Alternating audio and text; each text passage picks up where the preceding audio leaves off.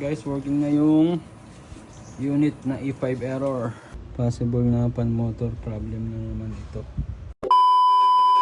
Magandang buhay para sa lahat. At ayun na nga guys, samahan niyo kami balikan natin yung mga tinagap na nila yun. Nakaraan na may problema. Let's G. Dito yung Tagaytay. Dati lang bahay nila nito kay Pupuntahan, dadayuin. mga pinyahan mo to. Mga gantong puno na. Ibig sabihin na sa Tagaytay ka na. Baguio to. Ay, bakit dito na naman tayo sa kay Kulot Bridge. Continue on Santa Rosa to gain. Nanonood tayo guys. Palitan na natin yung board. Ayan yung board oh. Nasa likod.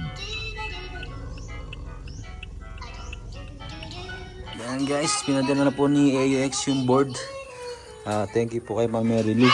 Palitan muna natin tong board. Salamat po AUX. Ayan guys oh. Palitan muna natin yung board ni AUX. E5 error po to. E5 error.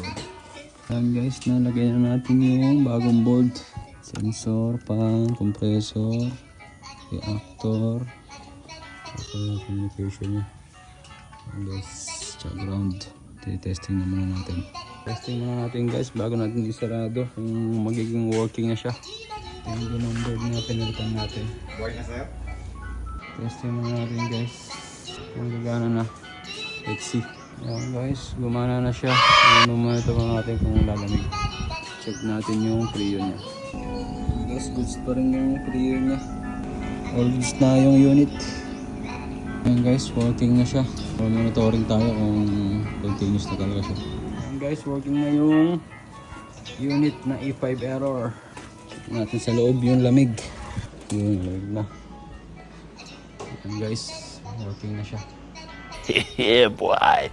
Ang E5 error po pala is may problema sa voltage protection sa outdoor board po ito. At kung okay naman po ito, possible pa na communication ng problema nito. Itong client po pala is nag-message po sa main office ni AUX dahil bigla na lang daw po hindi lumibig ang kanilang unit. At ngayon naghanap po sila ng authorized na malapit sa location ng ating client. At meron na po palang unang tumingin dito at pangalawa na po tayo. At yung check up na nito, okay naman po yung communication wire niya. Kaya possible po na board ang problema nito. Ganun din po ang findings nung una nag-check up. Kaya ang ginawa po ni client is nilapit po niya ito sa AUX para sa warranty ng kanyang board. Dahil 5 years po binibigyan ng warranty ni AUX. Ang unit po pala ng ating client is 4 years na po nung nasira. At dahil 5 years po binibigyan ng warranty nila sa board, inapprove agad ni AUX lang sa Going home na, boundary na eh.